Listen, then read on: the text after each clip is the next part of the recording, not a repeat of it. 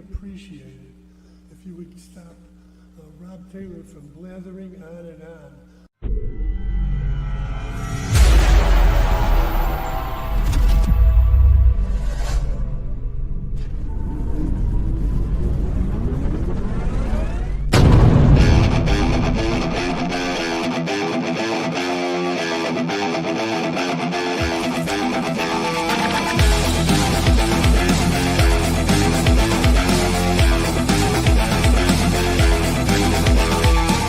Opinions expressed by the talk show hosts, callers, or guests on the Rob Taylor Report do not necessarily represent the opinions of the hosting platform, subsidiaries, sponsors, or possibly anyone else on the planet or the known universe.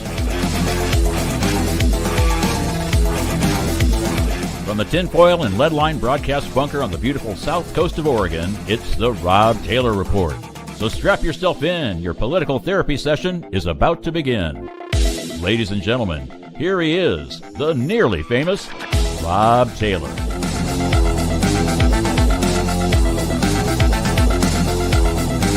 Thank you, Scotty. Hey, Oregon. Hello, America. And I want to thank all of you who are joining me live. And I want to thank all of you who will join me later down the road. Nice thing about podcasts. You couldn't do that on live radio. Well, I guess you could, because we did record it and put it out there later, but it's so much better to catch it live. Saturday Night Live was always better live. And then after the first year, they started sucking. But we're getting into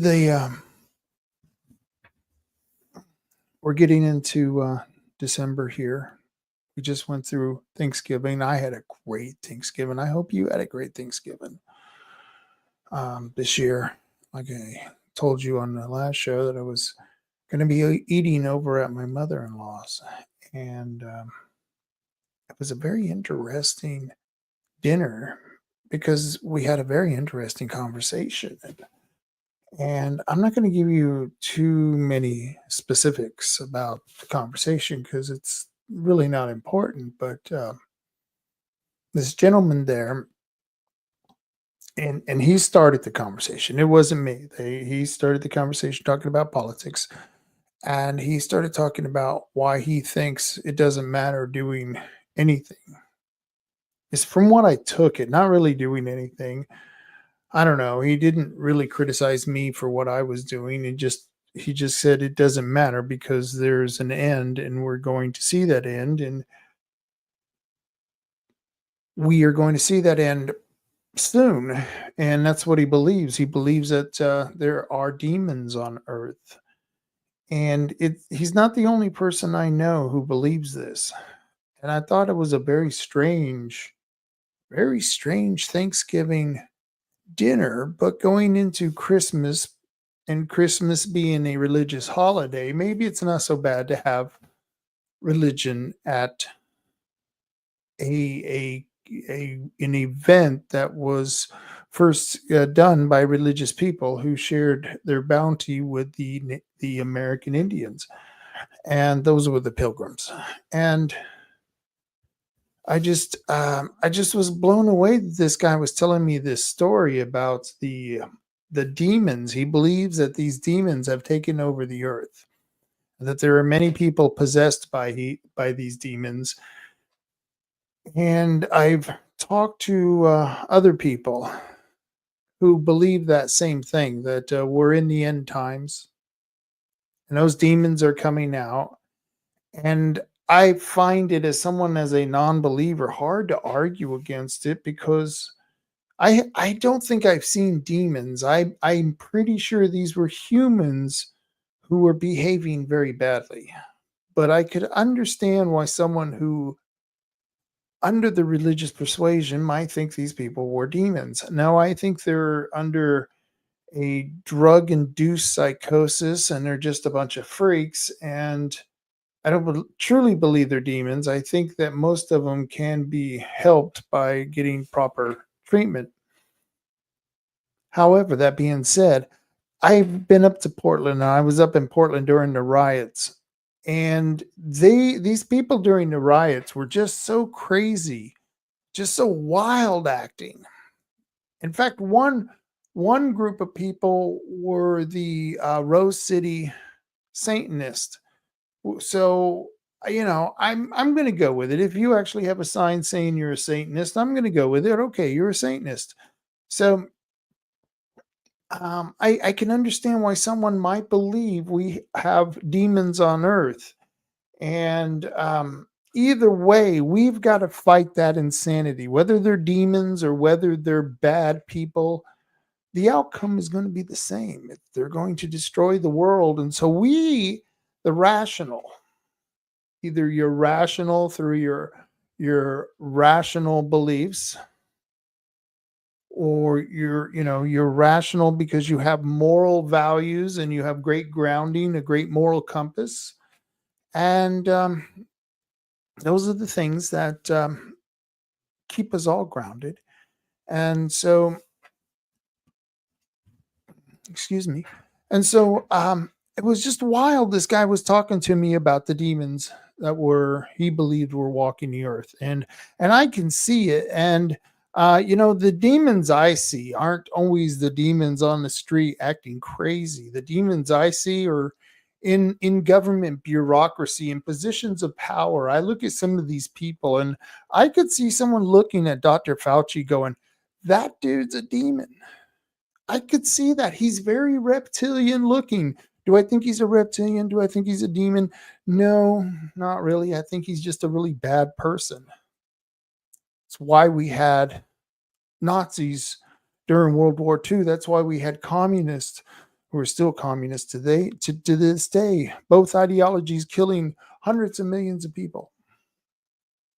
But demons, no, I think I don't think it matters. Like I said, whether you believe there's demons possessing people or people are just bad or mentally ill. I think some of them are just mentally ill, but you got to fight that all the time. And so it was just an interesting conversation. And I just wanted to throw that out there because I wasn't supposed to talk about politics during the dinner.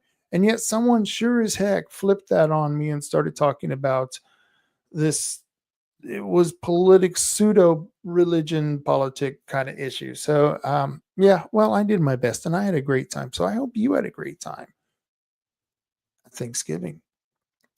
So today's show is going to be dedicated not so much to ranting, because I'm going to rant a little bit, but it's primarily telling you about something that's going to be coming your way because it's happening all over. And it's something I've been warning about for a long time. And no matter how they shade it, it's nothing but corporatism. You don't know what corporatism is. You don't know what cronyism. If you don't know about cronyism or corporatism, go look it up. I'm not going to throw the definitions up on a screen right now. But corporatism is the favoring of certain corporations because they're giving you favors. And so therefore the politicians in return give the corporations favors. And this is how corporatism works. And that's how America is working right now. It's not so much politics. It's not so much capitalism. It's corporatism. And I was talking about this last week. And this is why this is important. I'm going to talk about something that's happening here that's going to affect us big time. But there's something happening in Portland that has an indirect effect on our tax base here, and it'll have an indirect effect on everyone's tax base all over the state, wherever you are watching the show, if you're inside the state of Oregon. And here's the story. The story was put out not too long ago.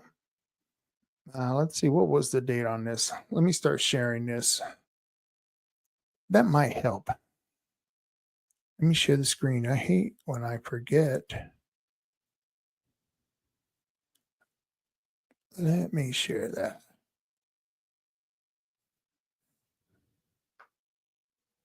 Okay, it says, what are tax increment financing districts in Portland?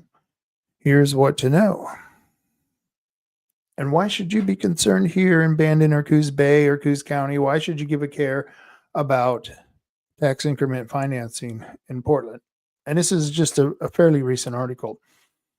In each of the new districts, any future property tax increases will go into a fund meant to support development of the immediate neighborhood, meaning they're going to take money, your money, tax dollars, and they're going to put that money into development. And some of those places that they're going to put into development may not even have been purchased by the Urban Renewal Agency yet. They're just going forward with creating a bigger debt. And you might ask, well, what does this matter? This is in the city of Portland. And you're right. Let me continue reading. Here it says, Portland, Oregon. About a month ago, Portland City Council approved the creation of 6 new districts throughout the city with the idea of generating new revenues to invest back into those neighborhoods. They're called tax increment financing, or TIF district, and it's an idea that has been around in Oregon for some time and has been applied before in Portland. Once again, you might ask, what does that matter? Well, if you create 6 new TIF districts, those districts are going to drain money from the school districts. And the school districts are not going to suffer a loss because the state has a deal with all the school districts that they will backfill any loss that they have, any financial loss. So they backfill those losses to urban renewal agencies through the Common School Fund, which is where all our school taxes that go to school districts, all of us in the state, they don't go to the individual school districts. I don't know whether you know that, but they go to the Common School Fund. And in the Common School Fund, the bureaucrats back in Salem get to decide who out there gets which dollars. It's a very bad system, but the Common School Fund loses about $100 million a year, probably $100 million plus a year, to urban renewal. And what is urban renewal? Well, I can tell you all about the tax increment financing aspect of urban renewal. But urban renewal is one of those things that undermines property taxes in a very sad way. It doesn't create debt. I mean, it doesn't create a tax. It's a TIF. It's a tax increment financing. It's created through a debt. It has to be in debt for the agency to even exist.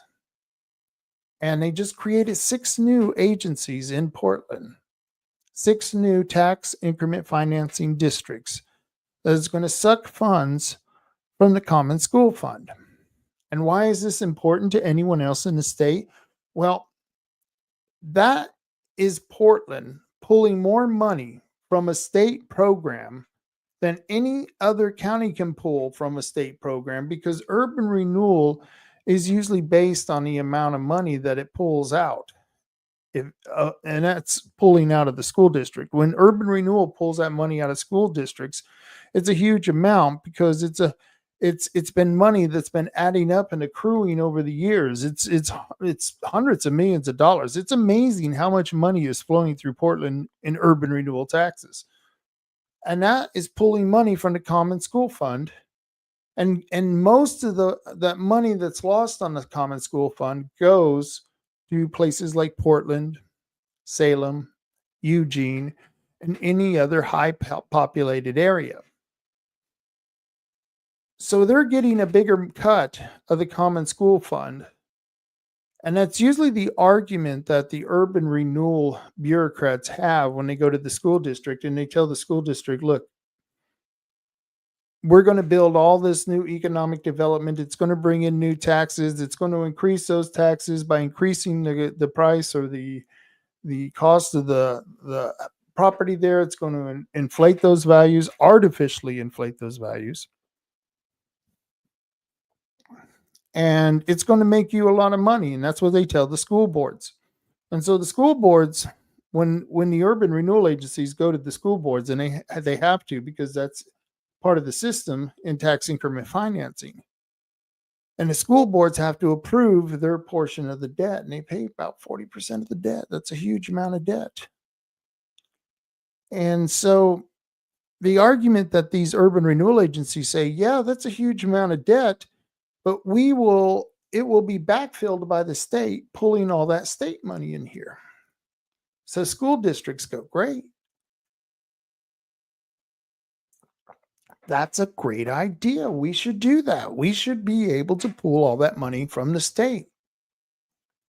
But what they don't tell you is the part that I just told you, that Portland, Eugene, Salem, they have much larger urban renewal areas. They're pulling a larger amount from the Common School Fund, and you're never going to be caught up with them. So we shouldn't be fighting to create these new urban renewal areas.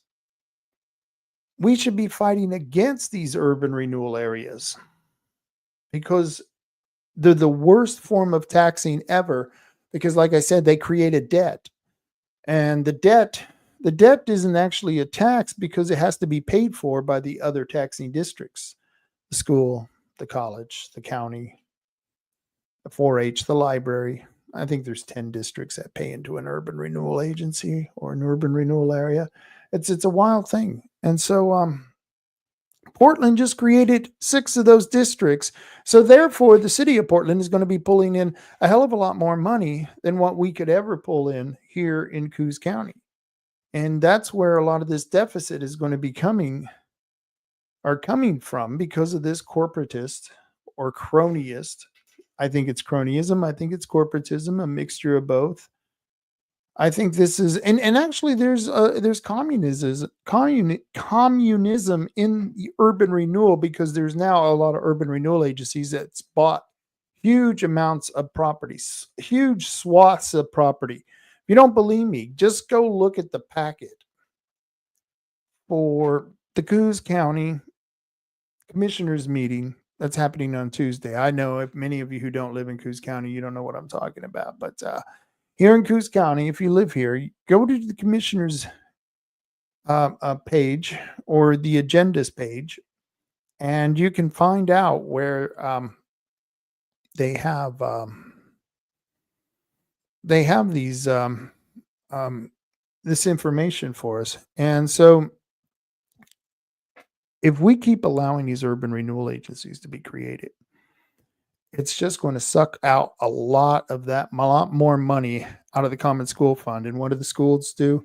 They come to you and me, the taxpayer, and they say, we don't have any more money. And nobody seems to ask, well, what did you do with the money? They said, well, we had to do maintenance, teacher costs, it's a price of inflation. They got 10,000 different excuses, but they never tell you about the fact that they gave a lot of money to the urban renewal agencies. They don't tell you that. The school districts don't tell you that. I wouldn't tell you that if I was them either. So let's see. I'm not sure how to get back on here now. So I want to go on to the next story, because I'm going to talk more about tax increment financing and how it really just undercuts the ma and pa business. It undercuts poor people and elderly who are on fixed incomes. That's what urban renewal does. It artificially drives up the price of your property, so you had to pay more in taxes, and eventually you're not going to be able to afford the taxes, and you're going to have to move. And that's called government gentrification. And that's happening right now. And we're going to talk more about that. But I want to tie in another issue that's happening, because every story that I'm going to go over is going to be a story that's connected. And so that tax increment story I just showed you was important, because it's going to tie up something here I'm going to talk about in a few minutes on the local level. We're having a meeting on a local level, and we're going to be talking about urban renewal and increasing the North Bend Urban Renewal District from, I believe it was $11 million of indebtedness to $45 million of indebtedness. I don't know. Indebtedness, what an ugly word, but it should be an ugly word, because debt is your enemy. And if you're indebted to anyone, it's pretty much you're You're being held hostage to that person until you pay them off. So you never want to be in debt to anyone. Debt is your enemy. And this country is $35 trillion in debt. We don't want to be in debt, man. Debt's a bad thing. But it's not going to get any better here in Oregon. As you can see, this story here, this is from, who is this from? This was Oregon Live. Oh, the Oregonian, of course. Pension spikes. Pension spikes will cost Oregon public employees $1.8 billion in the next biennium. It will be more intense before it gets less. Of course, it's going to be more intense because this has been unfunded liability for a long time. PERS is one of the worst systems ever designed. I'm going to read a little bit from this, and maybe you'll understand why it's so bad. This, like I said, was from the Oregonian. It says, come July, the tiny John Day School Districts in Eastern Oregon is facing a staggering increase in its required contributions to the public employees retirement system, one equivalent to more than 14% of its total payroll cost. And that's going to be a huge debt on the schools. And the funny thing is when they say on the schools, they're talking about Oregon public employers. Well, Oregon public employers are, well, I don't know if you know this, but that's us.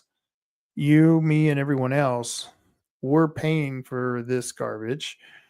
And it was a way to entice people to join the government workforce. You know, there was a years and years ago, it didn't pay a whole lot, but now it pays a heck of a lot better. And, you know, there isn't job security and everything, but government is pretty damn secure. It's you hire somebody, they're almost never going to go away. I hope they go away under the new Goj. Yeah, I hope they go away in that. I certainly hope Elon Musk and the other guy, God, I can't think of his name, and it's that Rami Swami. I can't remember. Yeah, it's the pensions in Oregon are going to spike. This is PERS, the public employees.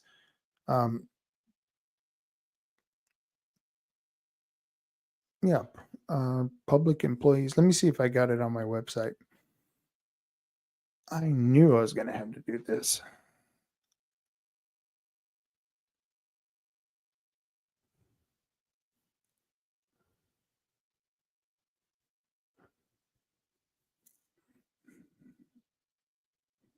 Nope, I don't have it.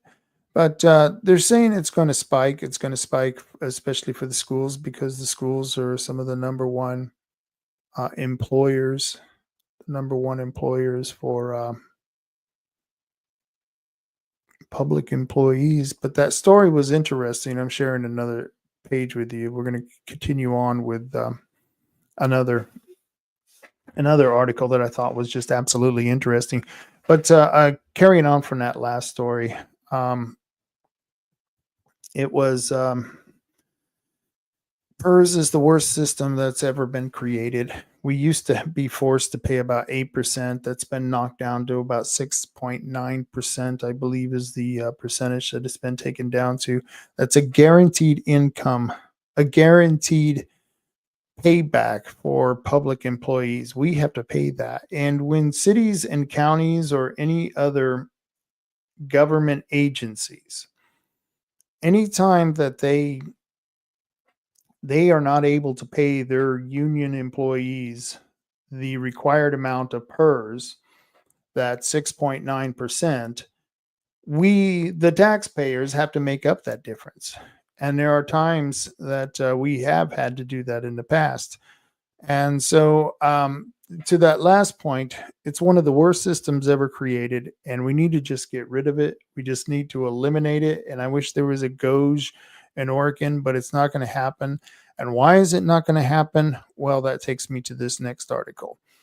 The Dems have retained control of the House. I don't know if you saw this story. This is also from the Oregonian.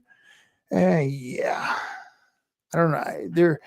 They've got a nice website. I don't trust the news. That's why I don't read the whole article to you. But It's an interesting story that I can do a quick byline on. It's really not that hard to understand Oregon politics. But the Democrats, according to this article, Democrats win supermajority in Oregon House as Munez scores upset the Woodburn area district, and that's up north in the I-5 corridor there. And Democrat Leslie Munez has won the Woodburn area seat in the Oregon House, and they come from behind victory. Well, of course, a come from behind victory. You got to be careful of those. Those are the worst. Delivering a supermajority for her party and stealing Democrat control over both legislative branches. First term incumbent Republican Tracy Creamer, well, a Republican, looked likely to hold on to her seat in the district on election night when she had a lead at times in more than 6 percentage points. That's pretty damn good. Several experts and new outlets, including the Oregonian Oregon Live, wrote that she was likely to retain her seat, but the results tightened in the following weeks as Marion County continued to count thousands of remaining ballots. And from what I understand, I guess Tracy Creamer didn't hold on to any lead, and the Democrats won. Munez won. So the new representative now is Leslie Munez. That's too damn bad. I'm going to have to go back. I can't really remember what type of representative Creamer was. If you know, if you have any idea, let me know. I'm just kind of curious. Let's see. So that's how that last story leads into this story. Now that the Dems have the supermajority, the Dems are going to be able to pass anything, and none of that is going to be something that's going to cut PERS. In fact, they're probably going to give more and more to the unions because they got the chance to. And so we're going to see a couple of different things happen. We're going to see either the rhinos in the Senate, and you know who they are. I don't have to name them off, but if the rhinos in the Senate, they're going to have a choice. They're going to have to stick with what I call the Patriot senators, the people like Diane Linthicum, if she votes like her husband, Noah Robinson, if he votes like his father, and of course Kim Thatcher. They're all good. They're all good people in there, and they're outnumbered. There's now a supermajority in the Senate. There's a supermajority in the House, and PERS is never going to go away. It's just we're going to give more money to PERS. You know how Oregon works. If you're doing something that's completely batshit crazy, the motto in Oregon is do it more. Yeah, do it more. Keep it weird, man. Just keep it weird. It feels right. Well, then don't do the right thing. Do the wrong thing. Do the opposite thing. Keep it weird, man. Is it weird enough for you? Yeah, it's insane. And so the Democrats have won a supermajority. I don't know how we could defeat taxes, the tax measure 118. We could defeat it, but yet we put the Democrats back into office. It's just mind-boggling. I don't know. Maybe there was election shenanigans going on. I don't know. I'll let someone else decide that, and we'll see what happens. Yeah, too bad for Republican Tracy Creamer. That's too bad. But tying that in is that now we have to worry about the Democrats coming in and doing worse things. There's always worse things they can do. And one of the things that they were thinking of doing, and now they can do it because they're a supermajority, is remember that Oregon, that they were going to follow the zero emission truck rules that the state of California passed. Governor Newsom, that's it. Newsom, not gruesome. He does look gruesome though. He does look gruesome. Yeah. He looks like the before picture of the Crypt Creeper for that show. What was the name of that show? That's what Governor Newsom looks like. Yeah, so you see that skeleton on the Creep Show. That's it, Creep Show.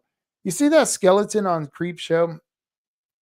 I can tell you now, if If you see that, you're going to think, wow, that almost looks like Governor Gruesome. I'm telling you, that looks like Governor Gruesome.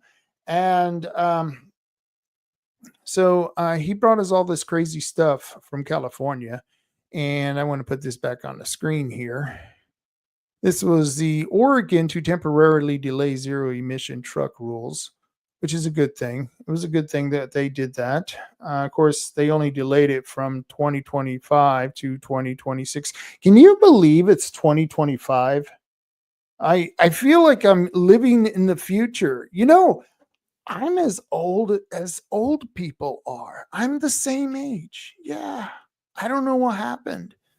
And so I'm just 2025. I'm even having a hard time saying it. I don't know about you guys. I'm just having a hard time saying it. But you know, I thought we were going to have flying cars, and I thought that the energy somehow it would be just sucked out of the atmosphere, and we'd be having clean energy, all right, and it would be free. It would be free energy, and we'd all be trying to travel to Mars and stuff. There would be intergalactic flights for everyone. And it'd be really cool in 2025, but that hasn't happened because we're arguing about pronouns and who can use which bathroom. Yeah, that's what we're doing right now. But the Oregon environmental regulators have approved rules that will temporarily delay the state's efforts to reduce carbon emissions from medium and heavy duty trucks, which are typically used for commercial purposes and for long haul transportation. But trucking advocates are calling for a longer delay of the rules, saying the technology for these types of zero emissions vehicles, as well as the infrastructure needed to change them, are not widely available yet for the state. And of course not, because it makes no economic sense to make it widely available, because nobody wants your electric trucks. Nobody wants to buy those electric trucks.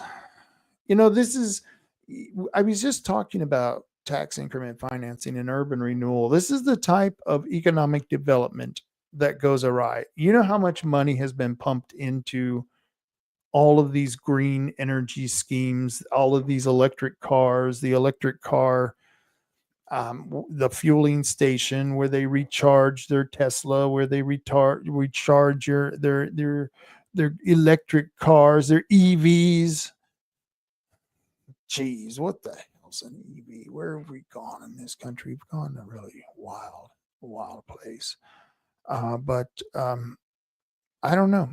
This is what we're going to get more of because, well, what can I tell you? The state of California has decided that gruesome in the state of California that we need these commissions. I mean, we need these air quality, and they're ordering that the Oregon Department of Environmental Quality's commission adopt temporary clean truck rules. Why should we do that? Why don't you let us decide, California? But no, Oregon pushed it on it, and that will go into effect in January. The rules are set to be updated to align with California's vehicle and truck emission standards. Oregon is one of 10 states to have opted to adopt California standards for these vehicles and must be aligned with California standards because they're a bunch of Nazis and we're Nazis too now.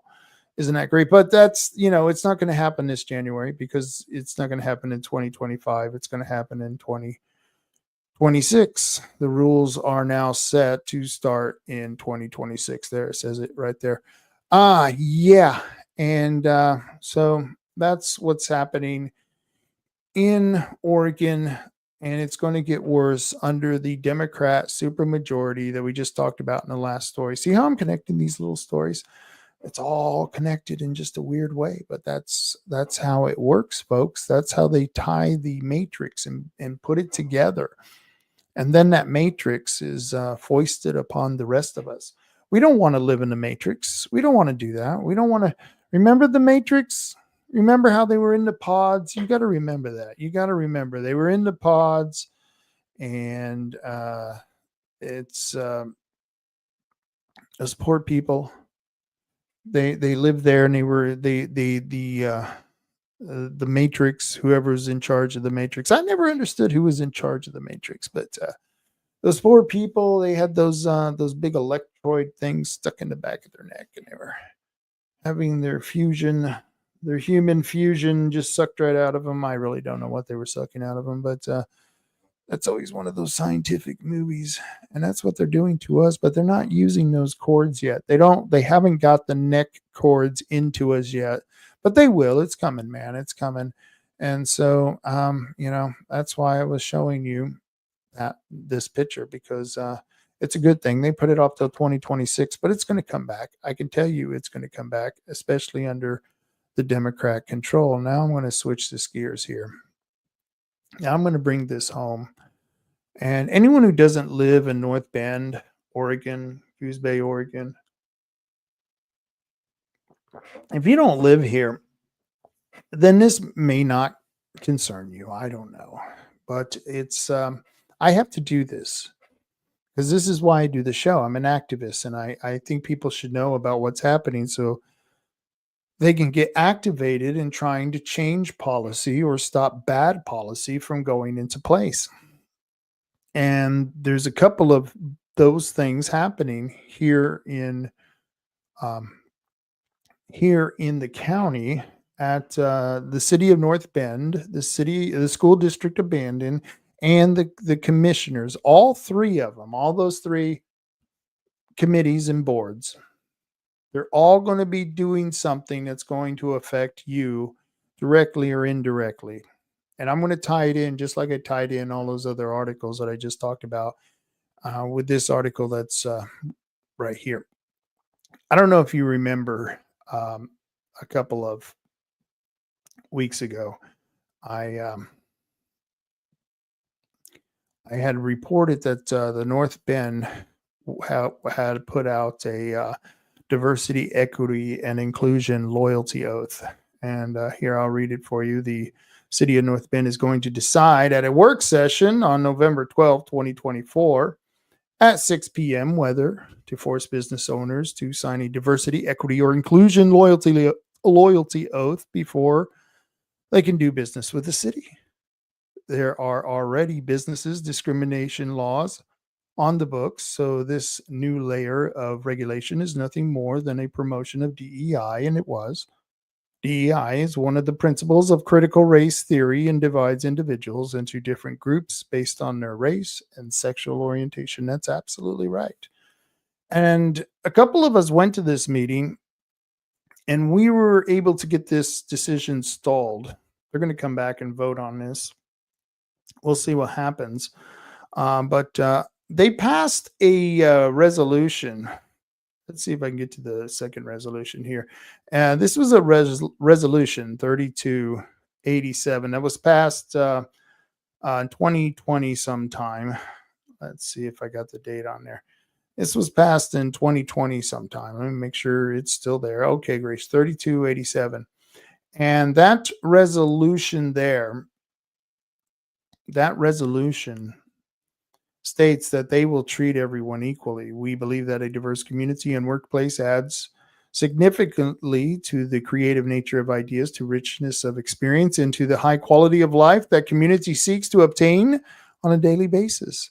We are committed to creating an inclusive, welcoming, and equitable environment for every citizen in our community. Yes, they are. But they're not, though, because there was something that I noticed on the website for the city of North Bend, and it was something that I thought was just a little strange. Let's see if I can get that back. It was a urban renewal project. It was money that they were offering. They were offering money. It was crazy. They were offering money for an urban renewal project. I'm going to try to share this screen again. North Bend's diversity, equity, and inclusion. Let me see if I can get this back up there. Okay, this is not the one that I wanted to show you, though. Let's see if I can find that. There was one on the North Bend equity and inclusion, and I wanted to show that to you folks before I got out of here. Well, damn it, I can't find it. It was on their website, and it was talking about they're going to give preferential treatment. Oh, here it is. There we go. Wow. Just as I was starting to tell you, okay, here's the story.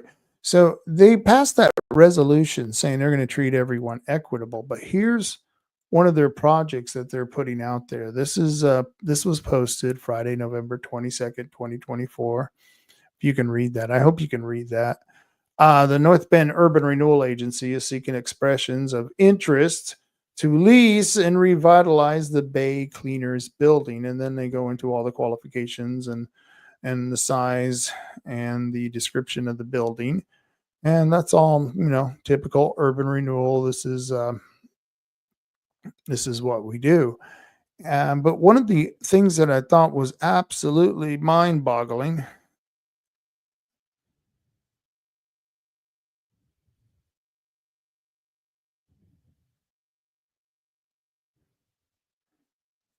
I can't find it now.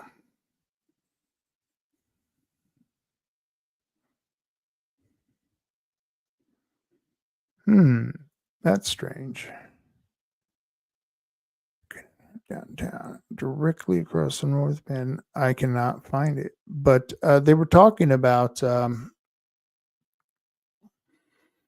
okay, the preference will be given. Here it is. I did find it. No, they didn't change it. It says preference will be given to minority owned businesses. And how can you be claiming that you're a city, you're going to treat everyone equally, but yet here you're going to give preference to minority owned businesses? Not basically, they're saying to the rest of us, the majority of people here, that we're somehow different or not as good, and somehow we should be excluded if anyone who's a minority comes ahead of us. Anyone from a minority comes ahead of us, you have to be excluded. And I noticed in there they didn't even define what a minority is.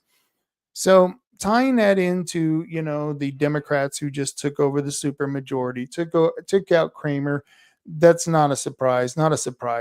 And then, we're talking about Oregon PERS, how all this is going to come together. Well, they're going to keep creating more and more of those urban renewal agencies.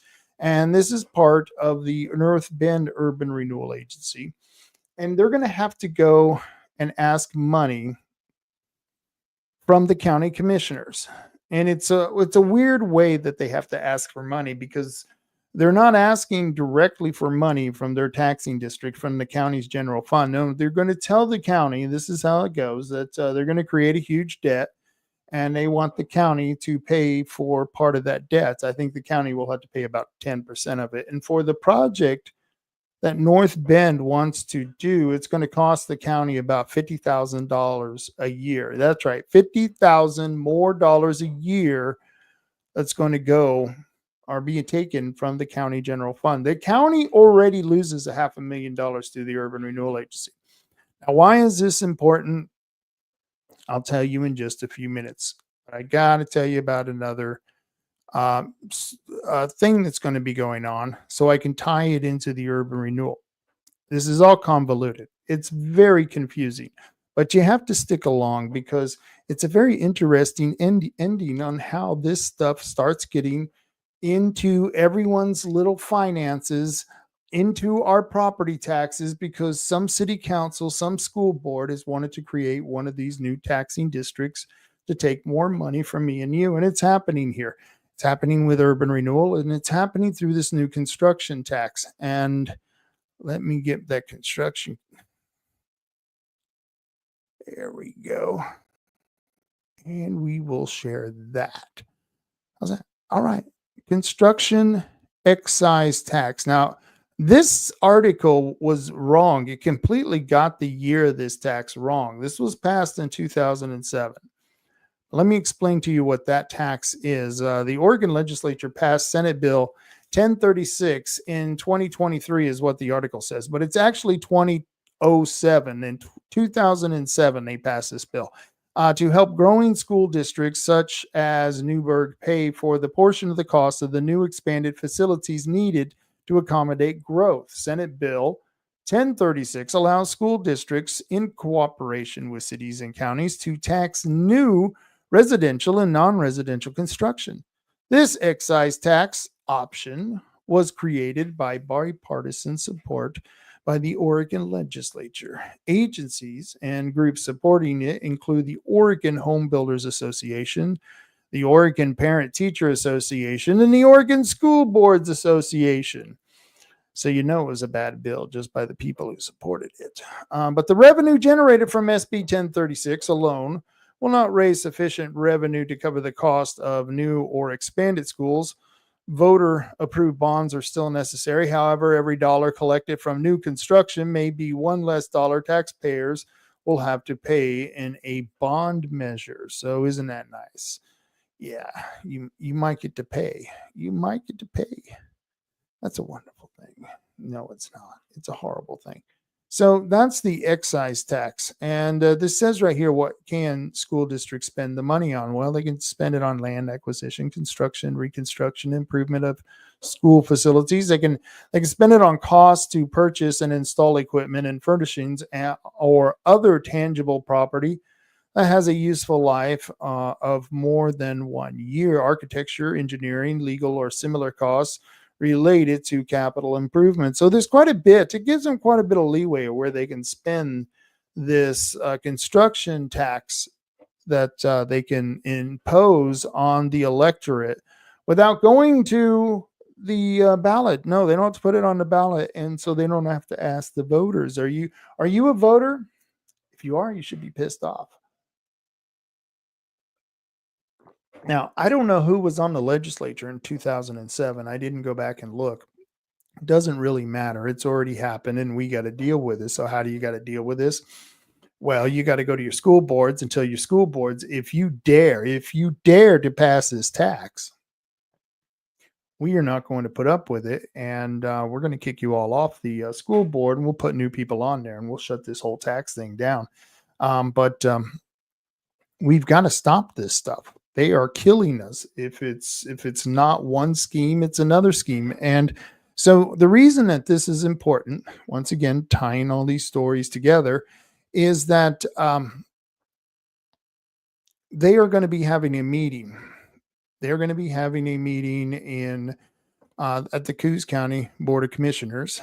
Let me see if I can get that folder up here. Let's see.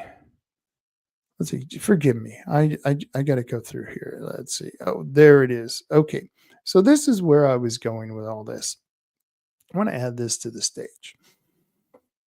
On Tuesday, if you can make it, and this only goes out to people who live in Coos County. If you don't live in Coos County and you want to make the trip to go to our commissioners meeting, knock yourself out, man. And let me know. Let me know if you come here from outside Coos County to our commissioners meeting, because I totally would dig that. That would be totally cool. But we are having a meeting, and we're going to be discussing a lot of things at the Board of Commissioners meeting. This happens at 9:30 a.m. Tuesday, December 3rd. This is Tuesday. This is the day after the Rob Taylor report. Oh, and by the way, Kevin Starrett is going to be joining me on the first hour of the Rob Taylor report Monday. So if you want to hear a very interesting interview, you got to tune in on Monday, because Kevin's going to tell us a little bit of the insights that he sees coming with the Oregon legislature, and he knows the good, the bad, the ugly. So he's going to be discussing that. But here's something just as cool. Chris Castleman, the guy who ran for commissioner here in Coos County, he didn't win. It's okay. He tried.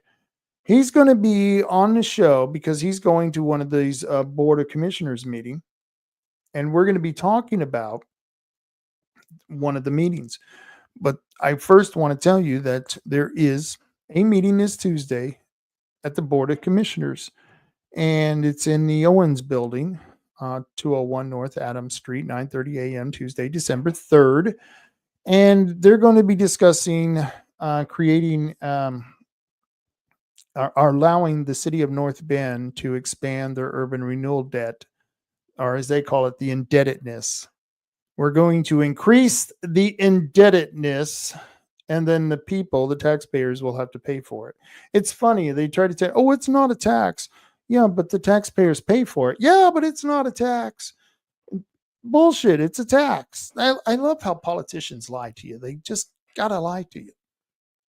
So, the reason that this is important, and it ties into all the stories I've been talking about, is that the day before Monday, if you can see this, Monday, December 2nd, 10 a.m., there's going to be a work session, and it's going to be on the construction excise tax that the Bandon School District wants to impose on people in the Bandon School District. The district is bigger than the city, so this is going to affect a lot more people. This is going to affect people who live out in the district, and if you live out in the Bandon School District, you're not inside Bandon, you're still affected by this. You're going to be totally affected by this, and this does affect housing. In fact, let me go back to let me see if I can share this. Okay, so in fact, I'm showing the page from what is a construction tax, what they can do. It talks about how much money can be collected. You're going to love this.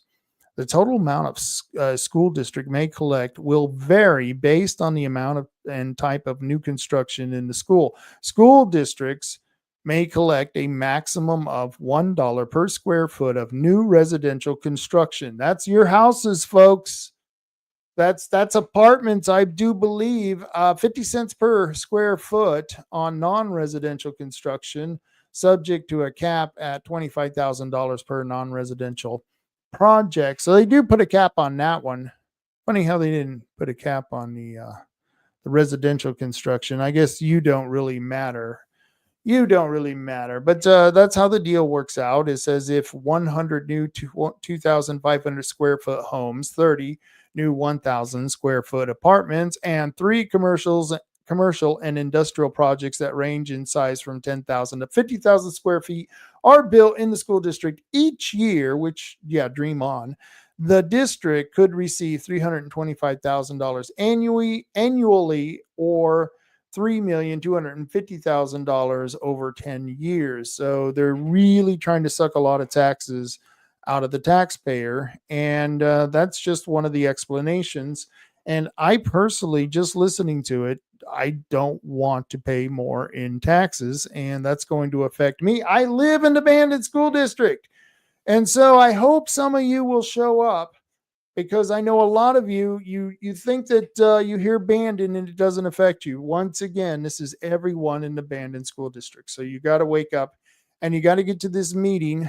I really don't know if I'm going to be there or not. It's the day of the show, and I'll be working on the show. It takes a little bit of, when you got to report on the news, you got to have the stories right. I just can't make this shit as I go along, make this shit up as I go along. And so, you got to do a little bit of prep. So I don't know if I'm going to make it to this meeting at the Board of Commissioners on Monday. And let me see if I can put this back up on there. So that's the 10 a.m. work session happening on the excise tax. So if you are in the Bandon, if you live within the Bandon School District, you may want to get your ass out here at 10 a.m.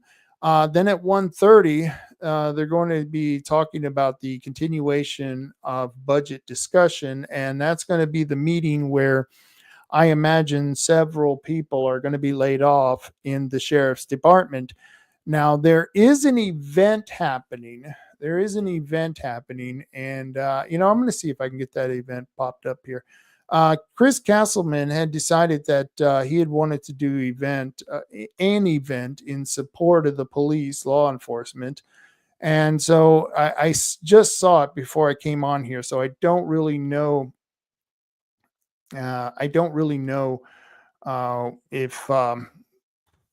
If I can get it, because I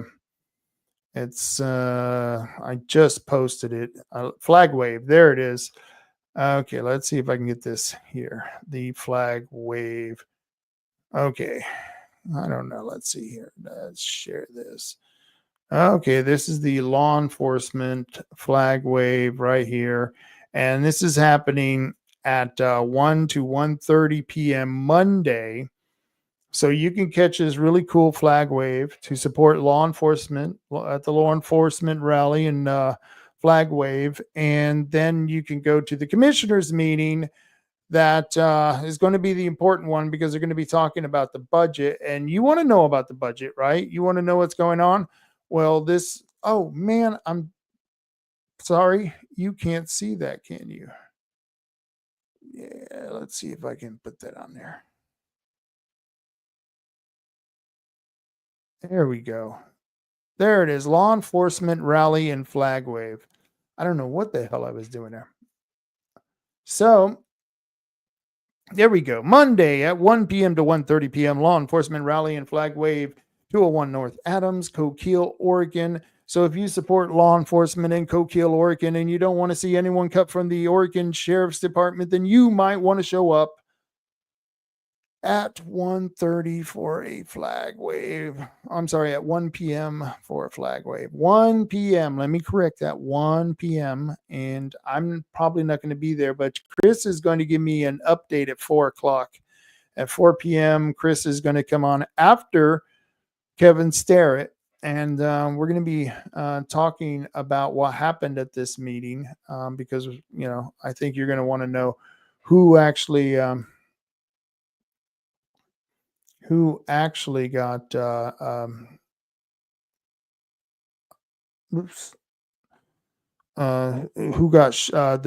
lost their job and who didn't lose their job. I don't know. It's not going to be good. It's not going to be a good thing. And so I hate when things pop up. There we go. So back to this. So that's happening December 2nd. So then December 3rd. And by the way, the reason I'm telling you about the work sessions, this is the important thing if you don't know anything about going to a commissioner's meeting. The work session is where all the crap gets discussed. Okay. This is where everything comes out. And if they're a really good city council or they're a really good board of commissioners or a school board, they will allow people to talk. The board of commissioners for the Coos County commissioners, if you go in there and there's not too many people there, say there's 20 or less people, they will let you talk during the meeting and they will have an actual discussion. It's great. It's called communication. I think more boards should try this.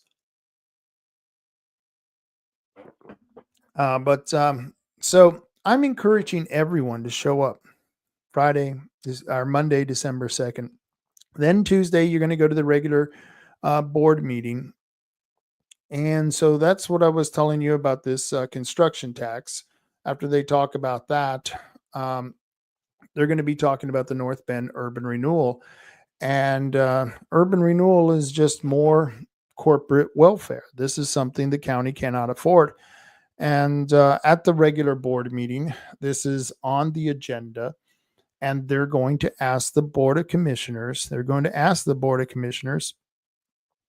to increase the indebtedness of the North Bend Urban Renewal Agency. And it's a battle that people keep saying, well, we have to have these agencies because it's going to take more money from the state through the Common School Fund. We'll be getting more of our money back. But I just told you the story at the beginning of this show about how Portland has created 6 new urban renewal districts, 6 tax increment financing districts. And they're bigger districts because they're worth a lot more money because they have a lot more people and they have a lot higher taxes. And that's going to pull much more money from the Common School Fund than our small urban renewal areas here in our county. And that's why this county has to become more efficient. And to do that, we need to get rid of urban renewal. You know what I would be for? I would be for turning the entire county into an enterprise zone. I think that's what we should do. We should turn the entire county into an enterprise zone and just call it good from there. That would probably make the most sense. let's see. I'm going to cut this off. Okay, there we go. All right, what else did I want to talk about before I got out of here? There wasn't much to rant about, but there was some good meetings that I thought you needed to know. And I thought you needed to know that the Democrats now have a super majority. And of course, they have a super majority in the Senate. And so it's one of those things, folks, where, sometimes you win, sometimes you lose. And looks like we're losing again. Let's see. I'm trying to look up.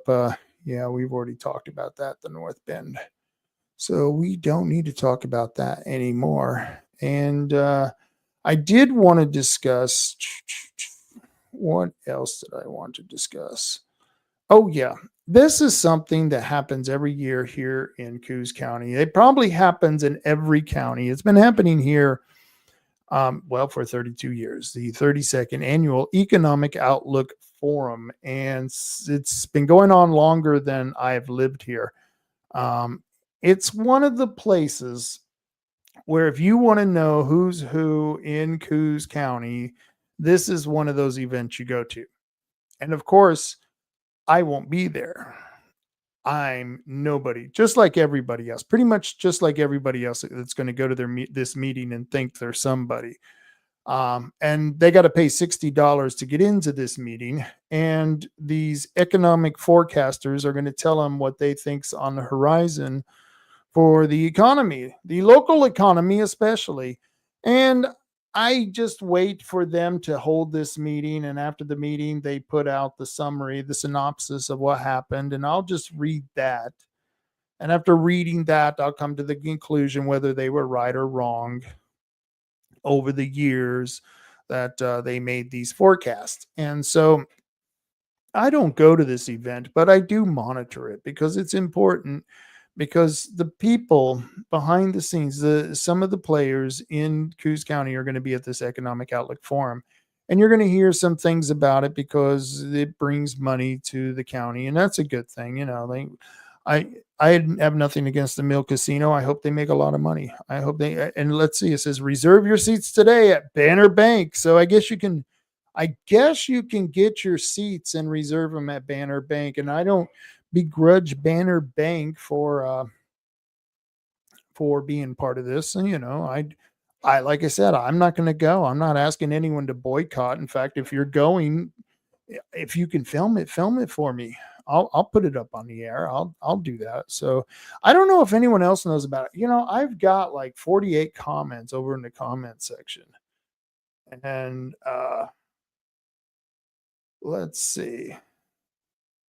I've got a shoot load of comments in the comment section. And so I'm going to continue on and talk about the events that I got going on.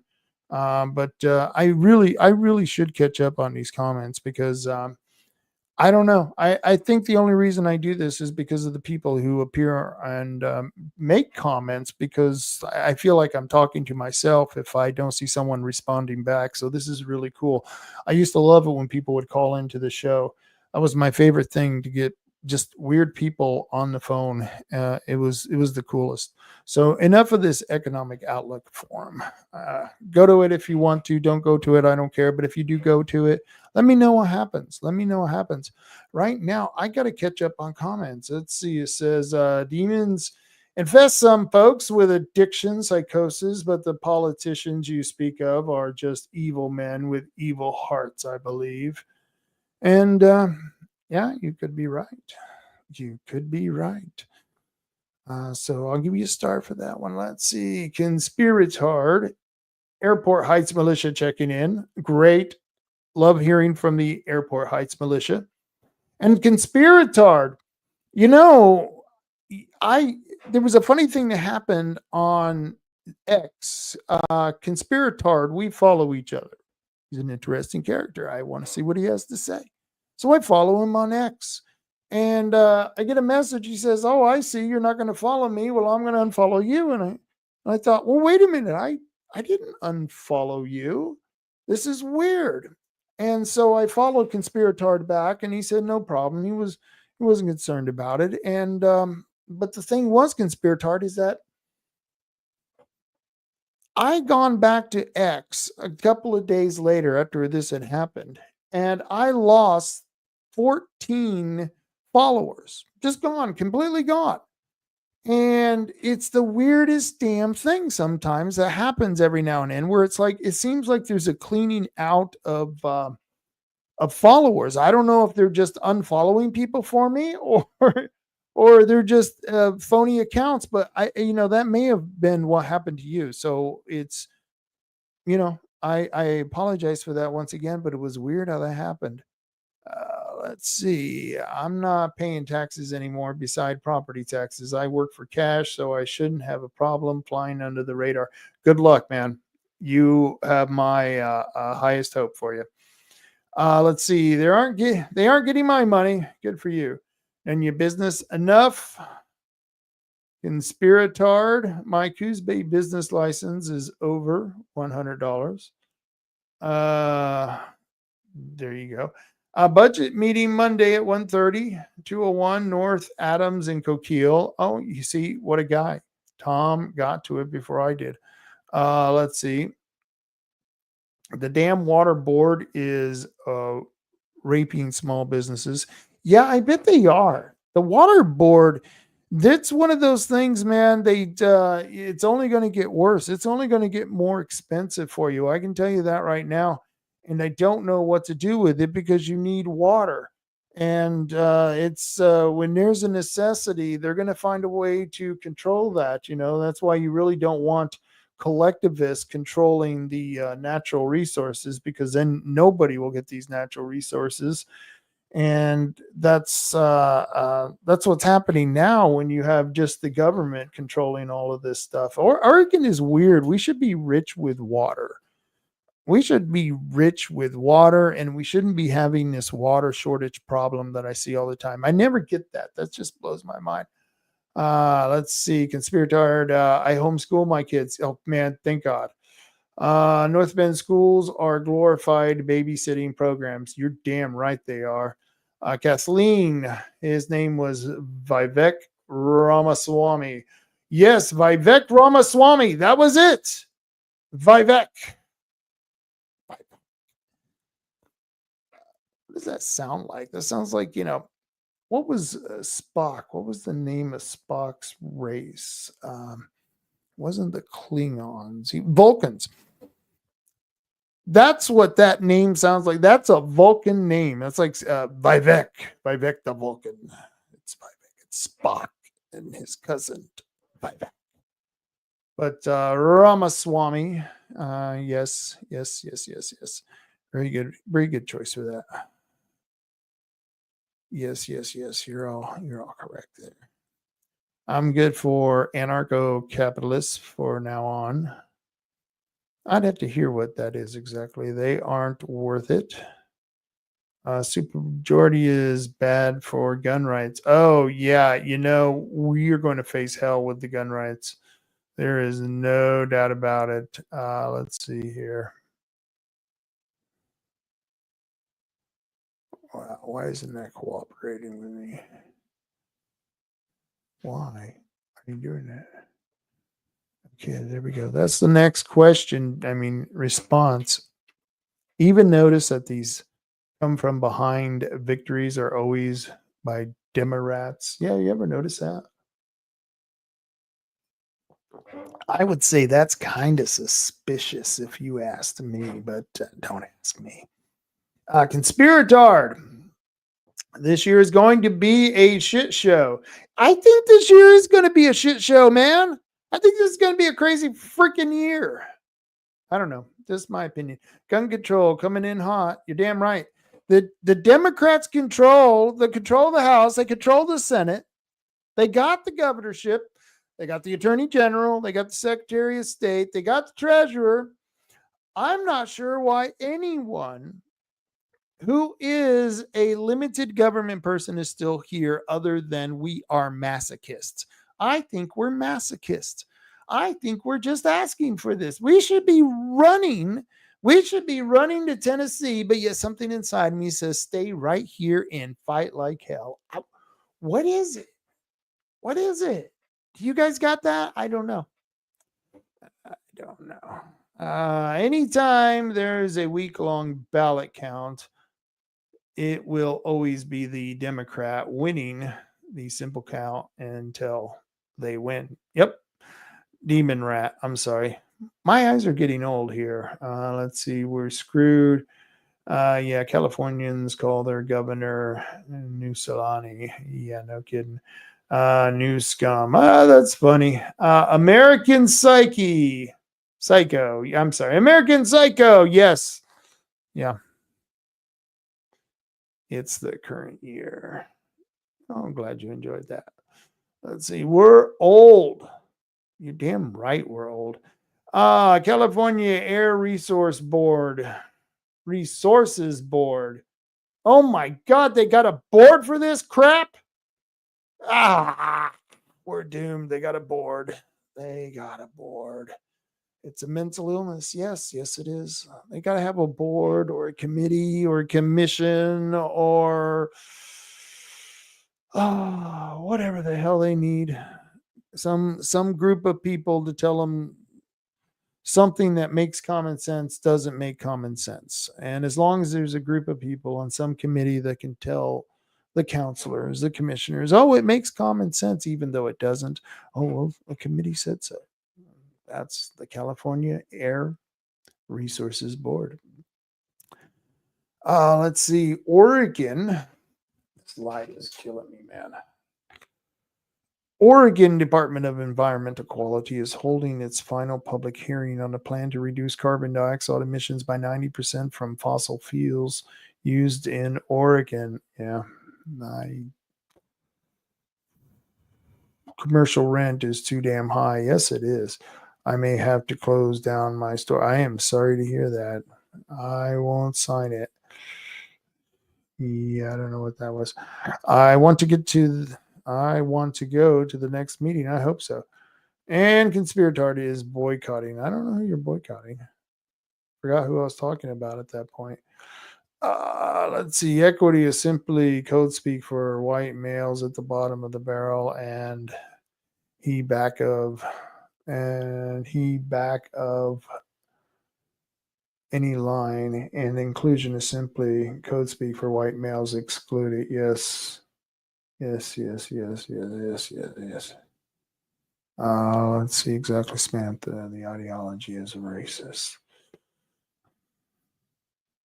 I love that. I'm not paying for shit. FTGE. I don't even know what that means, but that's wild. I'm just going to move to Alaska. Yeah, I get that feeling. I want to do that, something like that. I want to go to Tennessee. Alaska's cold, though. I'll be out of town and have me on the show. Okay, we should talk. Invite me on the show. Sometimes I have to wear a disguise, though, so I don't get doxxed. Yeah, you probably don't want to be doxxed. I'll be there. I'm going because if my business, I have a Bob Knob. Okay, Samantha has something here. Let's skip a few of these. We have 35 elections. Days. This is why we need constitutional share to oppose these gun laws. Yeah, we do. Okay. Exactly. Outdoor. Oregon. Did I read all those? Okay. Let me go back to where I was at, because now I'm caught up completely on the comments. And, if you are on Rumble, you're on Facebook, you are on X, you may want to like, share, or subscribe to my channel. Or is that prescribe? It could be addictive. Yes, that might be a prescription needed. Check with your local doctor. I don't know. Could be wild. The Economic Outlook Forum, I just talked about that a few minutes ago, and that's happening in Coos Bay. And like I said, I think if you want to go, you should go. Whatever. Let's see, those damn wind turbines. Remember this. I know you're all saying, but Rob, we defeated it in the election. Well, I got news for you. It didn't really happen that way. No, it didn't really happen that way. The election only showed them that the people out here were against it. That's all the election did. It didn't stop it. The only thing that's going to stop it is hopefully Donald Trump is going to pull any leases out of this area, not allow to them to sign any leases. That's where we have it better than on the East Coast. On the East Coast, they already have all that stuff leased out, and we don't have these areas leased out here in our area. And so he's going to be able to stop this if this happens. Or what he'll do is he'll stop it before it happens. I can almost guarantee that if it doesn't happen before he gets into office, this is never going to go through.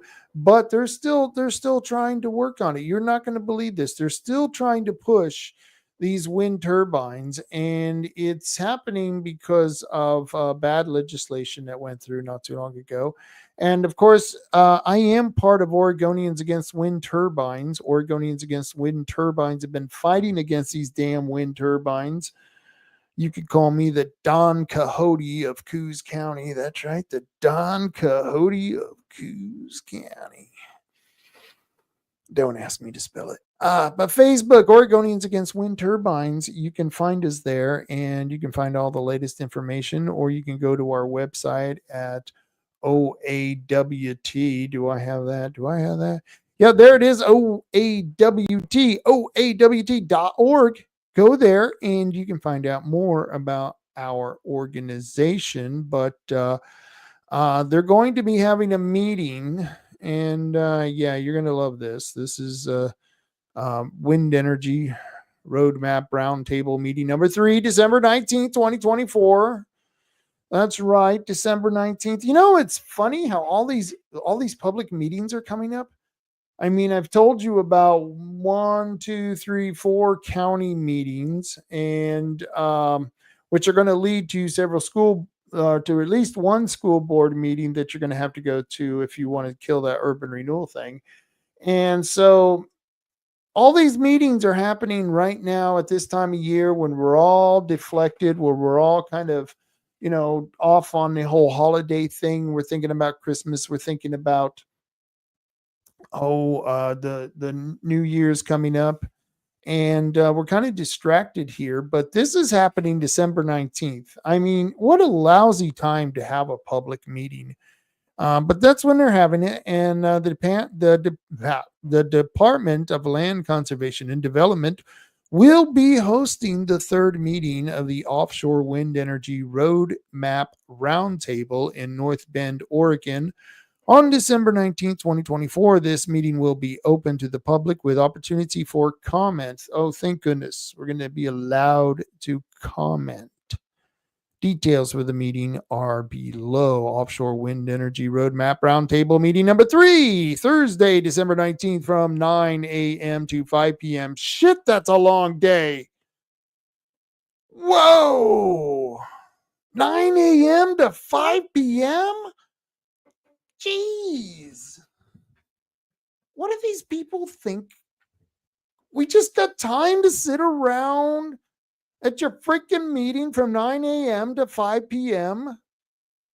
And this is happening at the Mill Casino.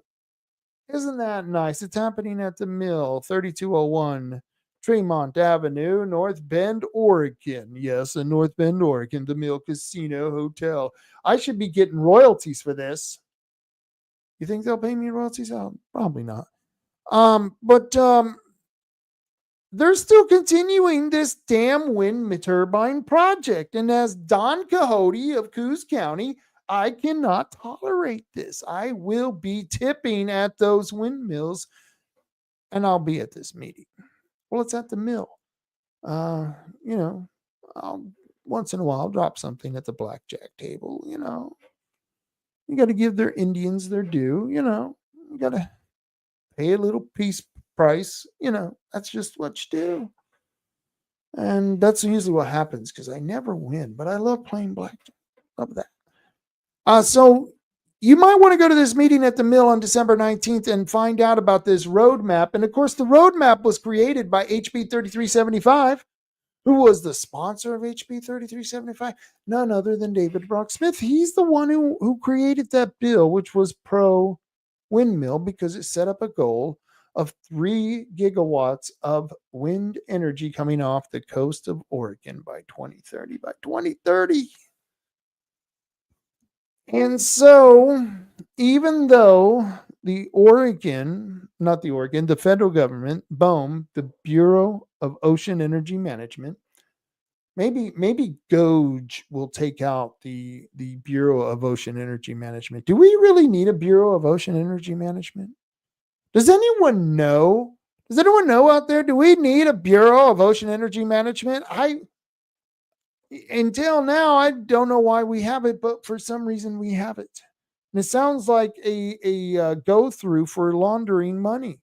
That's what it sounds like. The federal government sets up all these schemes to subsidize all this energy program, all these green energy programs, and they give them millions and millions of dollars, I tell you, hundreds of millions of dollars.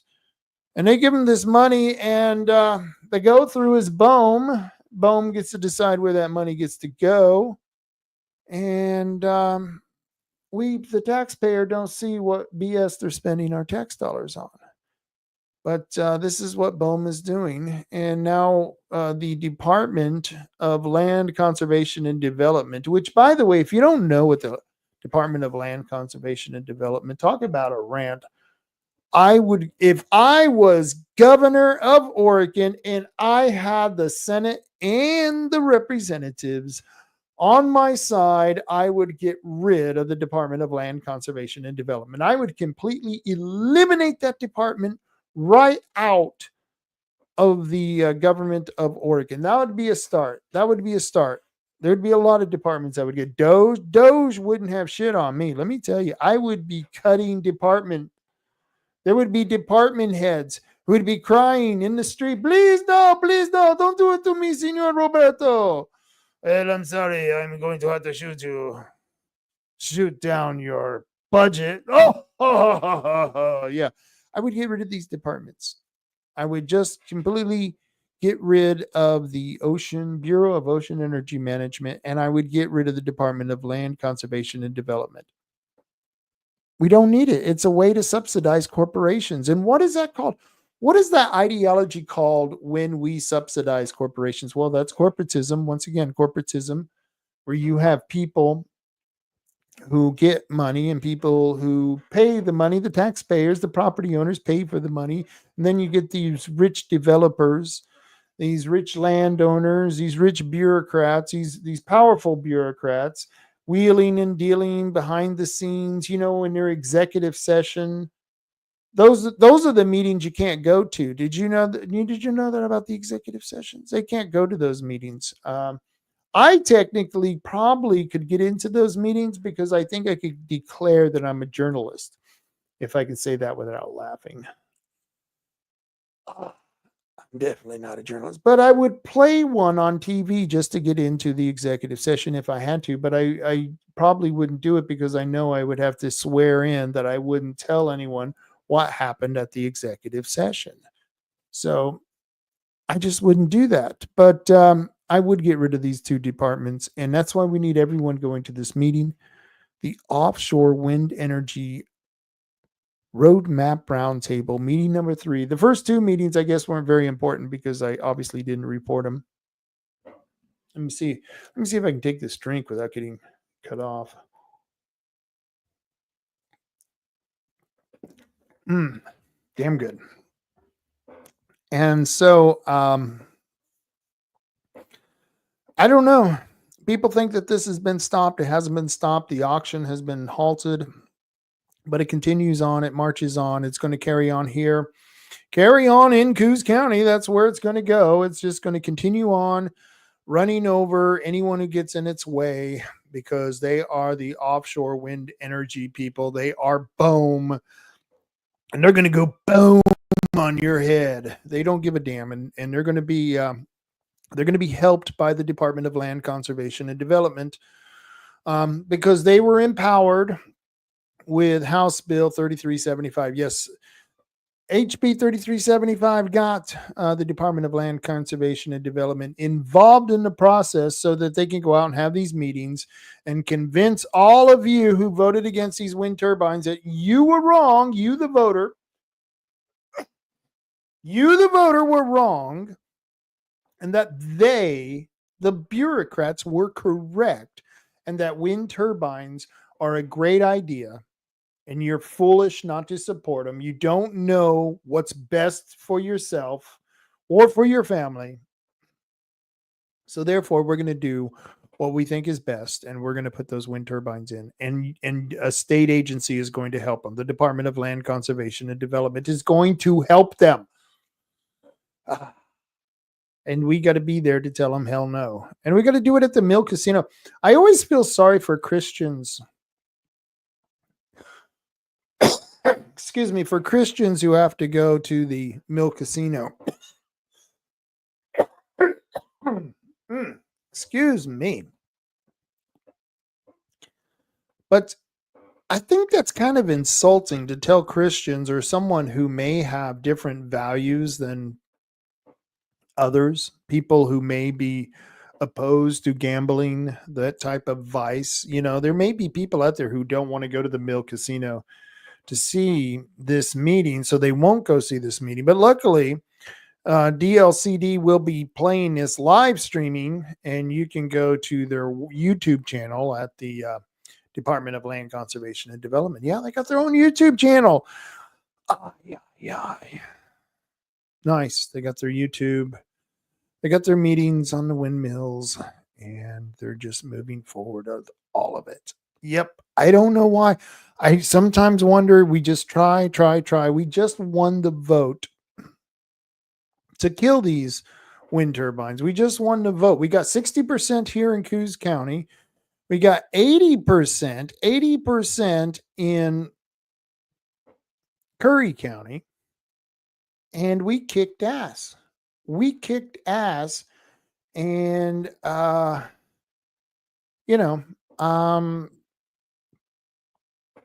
they should have learned. They should have stopped these meetings. They should have stopped the process. They should have stopped the timeline. And I certainly hope the president does this because, like I said, we don't have the leases out. There is one company, from what I hear, is asking for a no bid lease, meaning that it can be a sole proprietor who buys the lease. And hopefully that won't happen. I really hope it doesn't happen. I hope the president can defund all this BS, and I hope they can pull those leases. But that's what it's going to take. We just can't have any of those things signed, and that was their mistake on the East Coast. We were way ahead of. We were lucky. We were way ahead of this, and it's only because we saw what was going on the East Coast. We saw the nonsense that was going on the East Coast. We thought, why the hell would we allow this to happen on our shores? So lucky us, we took care of it. I want to thank you all for joining me. I know this is crazy rants going on, very crazy rants. I did kind of want to talk about something. I'm a big fan of Ayn Rand. I have been for a while. And I often refer to Ayn Rand's writings when, I'm just not sure on something, and I want to see how she might have written about it, what she might have said, what she might have stated, what her thoughts were on it. And so I went to her website. Let me see if I can share that.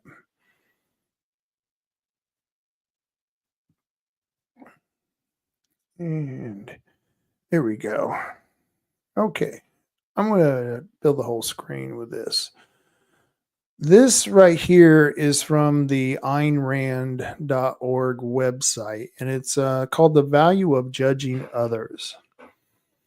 And it's always been something that I've gone back and forth on people about. I've heard people judge not, lest ye be judged. I've said that myself to win an argument before, and it's you think about it. Well, actually, I do judge others. I judge others on their behaviors. I judge others on their actions. And I hope everyone judges me on my behavior and my action, not what others say about me, because there are a lot of other people out there who talk all kinds of shit about me. And it's perfectly okay. I support their right to talk shit about me. And we as a society have to accept that there are people who are going to say things we just don't like. That's just life. And so when you are getting into any kind of relationship with anyone, whether you're going or hiring someone, you're going to get hired. You've got a personal relationship where you may find a new friend, you might find a new lover, you might find someone that you want to share your life with. When you're doing all of that, you've got to make judgments, because you're doing things that going to cost you your time, it can cost you in drama, and it can cost you in ways that you may never know. And the reason I'm talking about this is that my mom always told me when I was doing things that weren't right, she would tell me to go get a better class of friends. I don't know if your parents ever told you that. That's something that I've often seen parents say, well, just get a better class of friends. And I know people might think that's cliche, but that's exactly what we should be teaching our kids, is that if you're hanging around losers, you're probably going to end up being a loser. If you're hanging around the kids who have tattoos on their face and they're smoking, they're drinking, they're doing drugs, they're having all kinds of unprotected sex, they're out there running wild at night, committing crimes. If they're doing all of that, you might want to find a better class of friend. And I think we need to definitely push that principle on our kids, because if you don't, they're going to end up with the kids being one of those tattooed face kids going out there doing all the things that I just said. And so I hear people all the time, well, we shouldn't judge these people. You shouldn't judge people because they have tattoos on their face. You shouldn't judge people because they believe in extremism, whether it be fascism, whether it be communism. And I've met them both. I've met people from both ideologies, real fascists, real communists, card carrying communists. I met a card carrying communist here in Coos County. Yeah, they're out there. And so we need to judge those people, and we need to judge their character. And the best way to do that, I have always said, is to judge them by their actions, not their words. But she, Ayn Rand, she wrote an article, Culture and Society, and it was titled "The Value of Judging Others." And it was very interesting that I got this, because I had just been talking to somebody about the importance of being able to judge other people, and that's part of surviving. It's a part of evolving. We've gotten those certain, I wouldn't call them sixth sense. I wouldn't really call it a sixth sense, but we've got these inherent talents to know when someone's just not right. You know, you ever get that vibe about someone? Well, you have to judge people. You have to judge people all the time, and you have to teach your kids how to judge people. And I won't go into that, but I just wanted to talk about this. Contrary to the mores of society, objectivism holds that pronouncing moral judgment is crucial to man's life. For objectivism, justice is a virtue. Justice is a virtue. And justice is the virtue of judging men's character and conduct objectively, and of acting accordingly, granting to each man that which he deserves. The need to judge other men is inherent in man's life, meaning it's something that we do and we have done since we have been here dealing with each other. Since we've been a species, since we were put on this planet, or we evolved on this planet, I don't know. You decide. But whichever happened, we've got to decide inherently what kind of people others are, because you don't want your kid hanging around certain people. It only makes sense. Um, let's see if I got this. And Rand wrote, justice is the recognition of the fact that you cannot fake the character of men as you cannot fake the character of nature, that you must judge all men as consciously as you judge inanimate objects, with the same respect for truth, with the same incorruptible vision, by as pure and as rational a process of identification. Every man must be judged for what he is and treated accordingly. That just as you do not pay a higher price for a rusty chunk of scrap than for a piece of shiny metal, so you do not value a cotter above a harrow. And that is true. There are going to be people who are more important in your life. And that's, I go back to what I was talking about on my Monday show about Thanksgiving. I don't know if you saw that, but I'd been given a history of Thanksgiving and how capitalism was part of the reason that we celebrate Thanksgiving. It was a moving story. You should have tuned in for it. But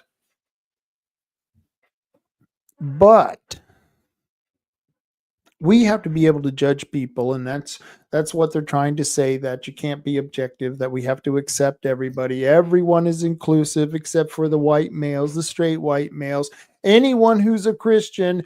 No, you're not included here, but we do practice diversity, equity, inclusion, which is not inclusive at all. It's like the Patriot Act wasn't very patriot. And so we can't be fooled by this bullshit. And so judgment is the most important thing you have to teach your child. Teach people who are young and influential, who can be manipulated and basically used for nefarious reasons. That's why you see all those college kids. Most of those college kids don't even know what the hell they're talking about. And they've been used by the professor and the people in the academia there in college, other students, peer pressure, force them to say the things they say and do the things they do. And it's like a cookie cutter assembly line of people with blue hair and shards of metal in their face. And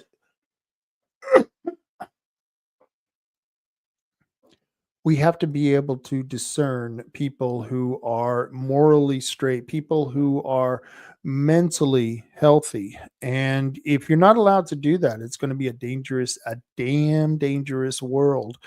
So the reason I was talking about this is because there's going to be more elections coming down the road, and there's going to be legislation happening in January when we get back into the legislative session. Of course, there's going to be a special session. The legislature, they just can't do anything simply. They have to do stuff that is annoying to everybody, and they spent too much money in their wildfire, their cost of their wildfire. And here you can see, let me see if I got this up here. Governor Kotek calls special session to cover wildfire season costs to taxpayers. Yeah, that last part, I added that on. To the taxpayers, that's what I added on. It didn't say that part, but that's really what it was about. I don't know if you heard, but Governor Kotek, she sent out a news release. This was November 26th, and she talks about the announcement that she made using her constitutional authority to call a special session. We're going to have a special session of the Oregon legislature to begin on Thursday, December 12th, for lawmakers to appropriate funds to pay for the historic 2024 wildfire season, which they probably wouldn't have needed them to assemble if they just had better management of the forest, or if they sold those forests to the counties or to the private market. I would imagine they would be much better taken care of under those circumstances as well. But that's what we have today. But a record 1.9 million acres burned this wildfire season, far exceeding the state's 10-year average of 640,000 acres per season and incurring costs upwards of $350 million. Yeah, that's a pretty penny to fight wildfires and put all that carbon into the air. But while over half of the cost will eventually be covered by disaster relief funds from the federal government, the state needs to pay its bill as expeditiously as possible. So she's calling for a special session so that they can get money for the Department of Forestry. I believe it was the Department of Forestry. Oregon legislature. Was it the Department of Forestry? I do say it sure the hell I think was. Oregon, no, that's not what it says. Yep, there it is. The Department of Forestry. Yes, the governor is asking the legislature to release a combined total of $218 million to the Oregon Department of Forestry. So that's how much money they want to spend, and they want to spend it, your money, on things that, well, they should have already covered because they're flush with money at the state level. They're flush with money. I don't know why they're asking for more money from the people. They've got money. They got to take it out of their DEI programs. They got to get rid of those, but they're expanding those. Did you know the lady who used to work for this department, the DEI trainer, she had purple hair and she recently moved. There was a controversy because she was complaining on the guy who was second in charge because he was hiring people based on their qualifications. Can you believe that? That guy hiring, he was probably a white guy hiring people because of their qualifications. I swear, who would do that? Hire a person because they're qualified for the job? No, no, you need to hire them because, well, they're an oppressed minority. That's why you hire them. Yep, they need a job. Who cares if they can do it or not? Who cares? So they were spending $172,000 a year to pay for this blue-haired DEI trainer. It was crazy. It was nuts. And so now they're calling a special session. I don't know. It's something we got to keep an eye on because anytime the legislature is in session, your money is not safe. Your money is not safe. Before I get out of here, I want to remind you, Monday, this is going to be really cool. Kevin Starrett from Oregon Firearms Federation. I don't know if you guys know Kevin Starrett. He's going to be on the show, and we're going to be talking about the trial or the court case involving House Bill 2005. That's the one concerning the unserialized guns, whether they're legal or to have or not. And then he's going to be talking about the court case over Measure 114, which is about transferring of guns, wasn't it? Oh, gee, it's been so long I can't even remember. Good thing Kevin Sarah is going to be on the show, but we're going to be talking about that Measure 114, the court case on that, and we're going to be talking about what he sees happening in the legislature. Like I said, he's very astute to what's happening. So tune in on Monday. Kevin Starrett's going to be here, and then in the second hour, Chris Campbell is going to come on and tell us who they laid off at the Coos County Board of Commissioners meeting. So that ought to be really cool. Before I get out of here, I got to tell you about 3H Tree Service. Have you heard about 3H Tree Service? They're a great group of guys. They are the best. You can reach them at 541-294-1800. If you need some trees removed, you got some of those problem trees in your yard, you know, they're a liability. They're infested with bugs. They have diseases. They're going to fall over on your neighbor's house. You got to get rid of them. You got to get rid of them trees. Well, call 3H Tree Service, damn it. What the hell's the matter with you? That's what you do. Call them, 541-294-1800. And Matt Holman will come out there, and he's a really nice guy. He's a really nice, and the guys are really nice. And they will come out there and take out all those problem trees, clean up the area, and leave like nobody was there. Yep. And it's going to be beautiful if you want to do something like that, because you need to call 3H Tree Service.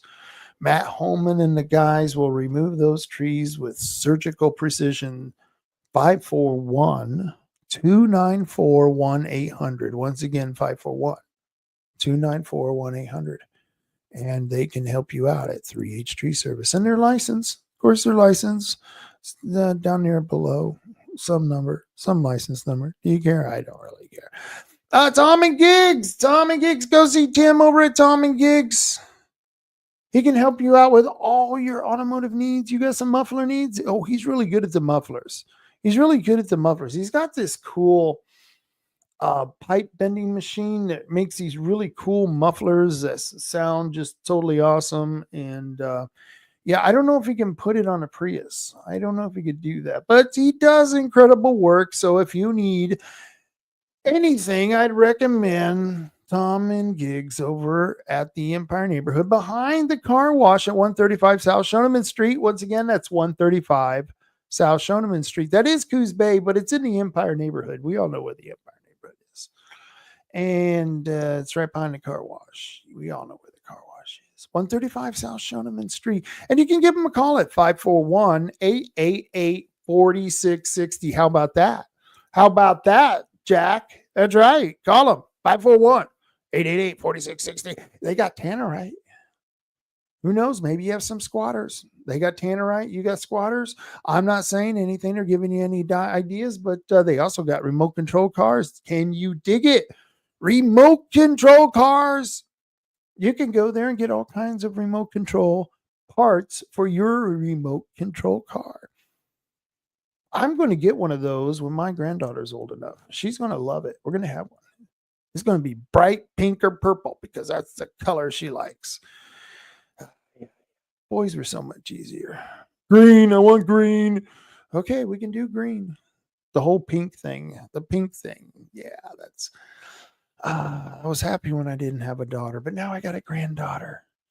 Now I have to go through the pink thing. I love her so much. I'll do the pink thing. Just don't tell anybody. I know. What can I tell you? So, let's see. Where are we at? Tom and Gigs. Go see him in 135 South Shoneman Street. Herbal choices. You need any herbal choices? I got some herbal choices for you. I recommend Herbal Choices, the only cannabis dispensary that I would recommend in the county. They are absolutely fabulous. You can hit 4 of the stores on Highway 101. In Reedsport, you can hit them there on Highway 101. You can get them on North Bend and Coos Bay on Highway 101 and in South Bandon on Highway 101. And don't forget that store in Charleston. And all the stores are well lit. They're bud tenders. That's it. Bud tenders. They are experts and can help you with all of your herbal choices and cannabis needs. I don't know, whatever your cannabis needs are. But yeah, that's who I'd recommend. And I was talking about Kevin Starrett, so I have to push Oregon Firearms Federation. You know, I don't tell you to give your money to just anybody, but I'm telling you, if you really want to continue to have your Second Amendment rights, and you know now that the Oregon Senate and the Oregon House is now, I'm you know what I'm doing? I'm relating another story, but the Oregon House and the Oregon Senate has a supermajority. I covered that story at the beginning of this podcast. We talked about that. I told you I was going to relate all these stories. Now they have a supermajority, so they can vote in all kinds of crazy gun laws. It's going to be nuts, the gun laws that they're going to pass. And you know, the Republicans, they're not going to do anything about it. So you know who is going to fight against them? No matter how futile that fight might be sometimes, he's still usually there to fight it. Oregon Firearms Federation, Kevin Starrett, he's the man. The only no compromise gun organization in Oregon, OregonFirearms.org. He is going to be there to defend your Second Amendment rights. He's probably going to be the only one to be there to defend your second rights. And he's going to criticize every politician who is trying to take those rights. Even if they're Republicans, Kevin's going to criticize them. And then those Republicans, you know what they're going to do? They're going to malign and completely attack Kevin Starrett. They're going to malign him. They're going to malign him and marginalize him. Try to say he's a radical person. His organization is a radical group. These are the same Republicans who at some point were going to Oregon Firearms Federation and asking Kevin Starrett for donations. I can guarantee you that. But he doesn't do that. He doesn't do that anymore. He spends that money fighting for your Second Amendment rights. And that's why I would I would highly recommend, beyond any shadow of the doubt, that you should support Oregon Firearms Federation. And boy, I think I've gone on enough. Bandon Gun Club. They're not my sponsors, but I like to mention them because I like to go out to Bandon Gun Club and practice with my pistol, practice with the shotgun. I don't usually go do that, but I need to do that. I need to go get a shotgun. I need to get one of those cool Benelli shotguns and tear it up. But also Taiga Sports Park, not my sponsors, but you can find out more at the gun range, rifle range, 100-yard range, Taiga Sports Park at taigasportspark.org. And that's pretty much what I had to tell you. That was how many meetings was that? That was an incredible amount of meetings. I mean, it's I don't know. It just makes me want to go crazy. It just makes me want to yell at these people. I don't know. What's your problem? What's going on? I don't know why. I don't know why they're doing this, but they're doing it. So let me go back here. Where was my music? Rage. That's the name of my rock and roll, man. Taiga Sports Park. If you get a chance, go out to Taiga Sports Park. Really good bunch of people out there. Let me get myself back on stage. There I is. The camera doesn't look right. The camera still don't look right. That camera isn't right. There we go. Yeah, much better shot. Okay. Well, I hope I see you at the meetings. If you don't know what I'm talking about because you're just tuning in, you're going to have to go back to the beginning of this podcast and listen to the meetings I talked about. We've got a meeting at the Board of Commissioners. There's about 4 meetings that I would recommend people to go to if they get a chance to go to it. If you get a chance to go to that Department of Conservation and Land Development meeting, DCLD, I would speak up at that meeting. I would make sure and let them know that you don't want the windmills, that we've already voted on it, and they should respect our vote. They should respect our authority. I don't know what the problem is with these people. We vote on it, we say something, and we tell them this is what the voter wants, and they ignore us. The government ignores us, and they should really respect our authority. You should have respected my authority. I mean, that's right, Cartman. I agree with you. They really should have respected our authority. But they didn't. They laughed at us. They mocked us. Not anymore. We're coming back out. And I know a lot of the stuff I talk about is boring as hell, but I'm trying to give you the gist of the most important meetings you should go to if you live here locally in Coos County. This is what's going on here. I can only tell you what I think about these measures, these policies that the counties and the cities and the school boards are trying to pass. And it's up to you to get active and engage. You got to engage these people. You got to go to the meetings. You got to speak up. Don't go just to the meetings and not speak up. Stand up and speak your mind. Tell them what you think. Tell them you're tired. When they tell you, oh, you got to pay your fair share, when, the commissioners like John Sweet, he stands up there and he says, you got to pay your fair share. You look back at John Sweet and you tell him, I already do, and more. And it's time for the federal government to clean up its act. It's time for the state government to clean up its act. And it's probably time for many of the other taxing districts all over this county to clean up their act. And I bet you we could do it if we had our own DOJ, Department of Coos County DOJ Department. Well, that's redundant. Well, that's government. Well, government is redundant. Well, that would be perfect. The Department of Coos County DOJ Department. Yep, that's total redundancy. That's government right there. So I'll see you on Monday. Kevin Starrett's going to be on. Chris Gusman. We're going to be talking more about what's happening on the court level. We're going to be talking about the legislative level. And I want to thank you all for being here. And Oregon Outlaw says, have a good evening, Rob. You too, man. I hope you had a good Thanksgiving. It's always my pleasure to be on here and go ranting. What can I tell you? It's just what I do. And I'll talk to you all later. And remember, until I see you next time, carry on, Coos County. Carry on.